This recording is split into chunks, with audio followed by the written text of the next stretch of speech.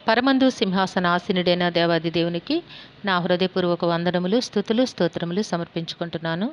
అందరికీ శుభోదయం. ఇది నా మహోన్నతుడైన దేవాది దేవుడు నీ కొరకు సిద్ధపరిచిన వాక్కు. నీతిమంతులు యెహోవాను బట్టి సంతోషించుచు ఆయన శరణు జొచ్చెదరు. యథార్థ హృదయులందరూ అతిశయిల్లుదురు.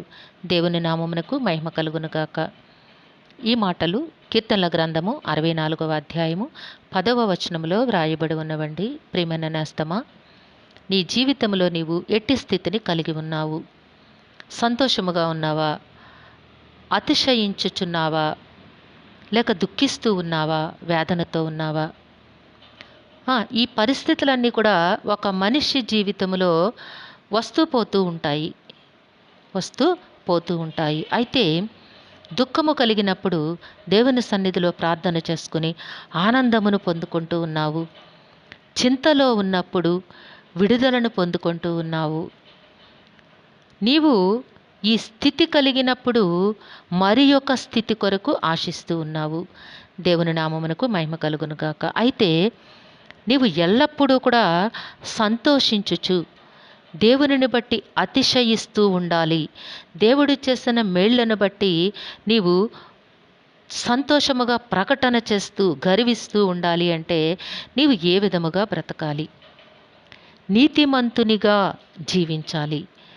నీతిమంతునిగా గనక నీవు బ్రతకగలిగినట్లయితే ఆయనను బట్టి, యెహోవాను బట్టి సంతోషించుచు ఆయనకు శరణు చెప్పుకుంటూ ఉంటావు. ఆయనను ఘనపరుస్తూ ఉంటావు.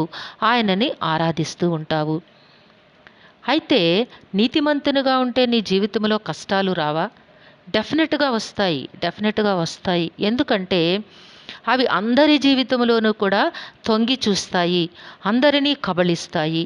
అయితే నీవు నీతిమంతుడిగా జీవిస్తూ ఉన్నట్లయితే మహోన్నతుడైన దేవాది దేవుడు నీ హృదయ సింహాసనమందు ఆసీనునిగా ఉన్న కారణము చేత దేనికి కూడా నీవు భయపడవు. వస్తోంది, డెఫినెట్గా పోతుంది. వచ్చిన ప్రతిదీ కూడా వెళ్ళాల్సిందే. నీ బ్రతుకులో ఏ శోధన వచ్చినా ఆ శోధన నిన్ను విడిచిపెట్టి వెళ్ళాల్సిందే. ఈరోజు కన్నీరు మున్నీరుగా ఉన్న నీ బ్రతుకు రేపటి దినమున ఎంతో ఆనందముతో, సంతోషముతో కేరింతలు కొట్టాల్సిందే. అట్టి స్థితిని దేవుడు నీకు అనుగ్రహిస్తారు. కాబట్టి నేస్తమా, నీతిమంతునిగా జీవించగలిగినట్లయితే నీవు ధైర్యముగా ఉంటావు, సంతోషముగా, నెమ్మదిగా ఉంటావు. వచ్చిన ప్రతి కష్టమును బట్టి నీవు ఇబ్బంది పడవు, కంగారు పడవు. దేవుడు నా పక్షాన ఉన్నారు, దేవుడు తప్పకుండా సహాయము చేసి ఈ శ్రమ నుండి, శోధన నుండి తప్పిస్తారు అన్న ధీమాతో నీవు ఉండగలుగుతావు. యథార్థ హృదయంతో గనక నీవు జీవించగలిగినట్లయితే ఎప్పుడూ కూడా నీవు అతిశయముతోనే బ్రతుకుతావు.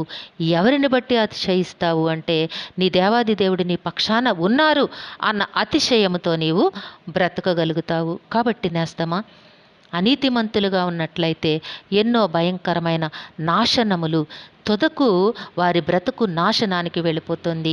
కాబట్టి నీతిమంతునిగా బ్రతకడానికి నీవు అహర్నిశలు తాపత్రయపడవలను, ప్రయత్నము చేయవలను. ఆ ప్రయత్నము తప్పకుండా ఫలింపచేసే దేవుడు నీ పక్షమందున్నారు గనక నీతిమంతునిగా జీవించు. నీవెల్లప్పుడూ కూడా సంతోషముగా, ఎంతో ఆనందముగా, అతిశయముతో జీవించగలుగుతావు. దేవుడు నిన్ను దీవించి ఆశీర్వదించునుగాక. ప్రార్థన చేసుకుందాము. సింహాసనాసీనుడైన దేవా, మీ ఘనమైన నామమును కొందనములు తండ్రి. మీ బిడ్డకి మీరు ఇచ్చిన వాక్కును బట్టి స్తుతులు సమర్పించుకుంటున్నాము. ఏ బిడ్డకైతే ఈ వాక్కును వినిపించున్నారో ఆ బిడ్డ జీవితంలో నాయన సంతోషమును, సమాధానమును, నెమ్మదిని నాయన తనతో మీరున్నారు అన్న అతిశయమును, ఆనందమును ప్రసాదించమని మీ కాళ్ళు పట్టి వేడుకుంటున్నాము తండ్రి. ఈ దినము పుట్టినరోజు, వివాహ దినమోత్సవములు జరుపుకొంచిన బిడ్డలందరికీ మీ ఆశీస్సులు, దీర్ఘాయుష్ను అనుగ్రహించి మీ కృపలో జీవింపచేయండి నాయన. మా ప్రియులందరినీ మీ దివ్య హస్తములకు అప్పగించుకొంచున్నాము. ప్రతి కుటుంబంలోనూ కూడా అందరికీ ఆయురారోగ్యము, సంపూర్ణమైన రక్షణ, దీర్ఘాయుషు, నెమ్మదిని ప్రసాదించి మీ శాంతి సమాధానంతో జీవింపచేయండి తండ్రి. వారు చేస్తున్న ఉద్యోగ విధులలో, పనిపాట్లలో, వ్యాపారములలో మీ కృపను అనుగ్రహించి వారి కష్టమునకు అనేక రెట్లు ఫలములు దయచేయమని సమస్తమును మీ దివ్య హస్తములకు అప్పగించుకుంటూ ఈ ప్రార్థన మా రక్షకుడును మీ ప్రియకుమారుడైన యేసుక్రీస్తు వారి అతి శ్రేష్టమైన నామమున అడిగి వేడుకొనుచున్నాము తండ్రి. ఆమెన్. సర్వకృపానిధియగు దేవుడు మీ కుటుంబ జీవితంలో ఉన్నతమైన ఆశీర్వాదములు అనుగ్రహించి మిమ్మును ఆయన నామ మహిమ కొరకు జీవింపచేయునుగాక. ఆమెన్. ఆమెన్. ఆమెన్.